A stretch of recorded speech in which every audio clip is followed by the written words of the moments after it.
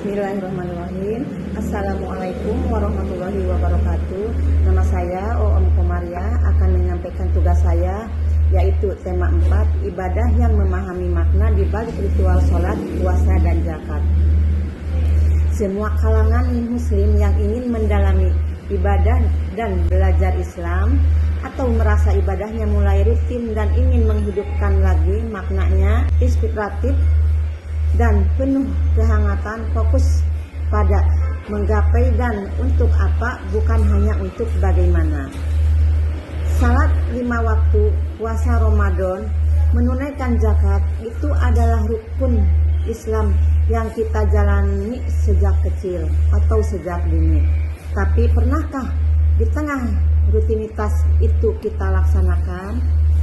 Jika ibadah hanya ada dan jadi daftar kewajiban yang kita rentang, kita bisa kehilangan. Padahal setiap ritual itu adalah yang terdiri dari gerakan fisik, makna fisiologi, spiritual yang diharapkan dari ibadah kita. Apakah sekedar sah atau ada sesuatu yang harus berubah dalam diri dan kehidupan kita setelahnya? Dari 3 ibadah utama, sholat, puasa, dan zakat, kita akan lihat bagaimana ritual lahiriah itu sebenarnya adalah yang sangat canggih. Setiap ibadah adalah guru. Mari kita duduk di depan guru masing-masing ini dan dengan pelajaran apa yang mereka inginkan atau mereka sampaikan. Guru pertama adalah, bayangkan dalam 24 jam kita bisa melaksanakan sholat yang 5 waktu dengan mendengarkan azan 5 kali. Dari intinya yang paling dalam, salat adalah curhat lipat kepada Allah Subhanahu wa Ta'ala. Lapisan berikut, ia melatih diri lebih luar dan salat berjamaah, mengerjakan tidak ada vape sab di depan, dan dampak tercegah dari perbuatan keji dan mungkar. Itu bukan gangguan kita, itu bukan gangguan produktivitas, itu adalah kita kembali ke meja dengan pikiran yang lebih jernih dan prioritas yang sudah diesal ulang bahwa dunia ini sementara. Kedua adalah puasa. Ini dilihat sebagai tidak makan dan tidak minum, padahal itu hanya sekolah untuk mengendalikan hawa nafsu. Paling progresif yaitu bisa menahan lapar, dahaga, amarah, dan ghibah. Dengan menahan lapar, kita dilatih dengan menahan diri untuk bisa saling powerful dengan merasakan lapar. Selanjutnya, hasil dari sekolah puasa seharusnya adalah uang yang biasa untuk jajan sering kita bisa dialihkan untuk donor atau untuk zakat atau untuk infak. Guru ketiga adalah zakat. Zakat lebih dari sedekah wajib 2,5%. Padahal ia adalah punya 2 misi besar sekaligus.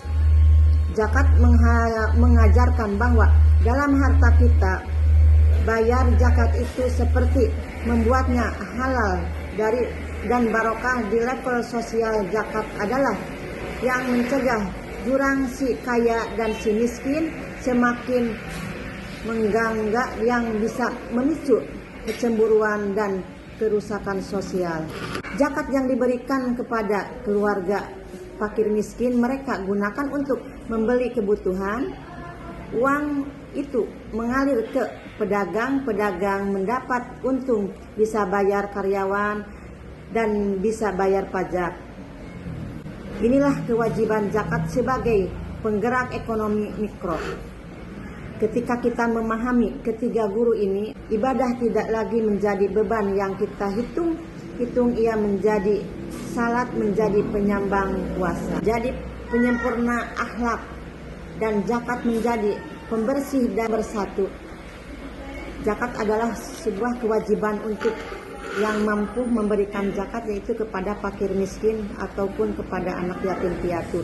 Jadi intinya menjadi hamba yang lebih sadar, manusia yang lebih pengasih, dan anggota masyarakat yang lebih bertanggung jawab kepada.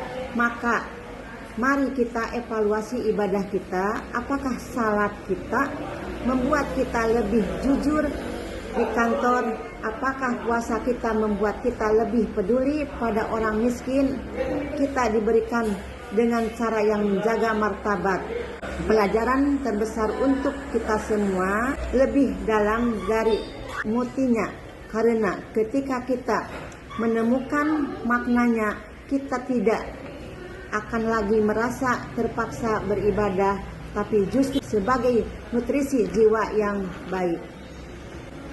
Nah, buat kita semua, ibadah besar ini namanya yang menurut kalian paling sulit untuk kita hidupkan maknanya dalam keseharian. Apakah sulit khusus dalam salat ataupun sulit mengendalikan emosi saat puasa, atau berat untuk mengeluarkan rezeki kita untuk mengamalkan zakat kepada orang yatim piatu ataupun pada fakir miskin.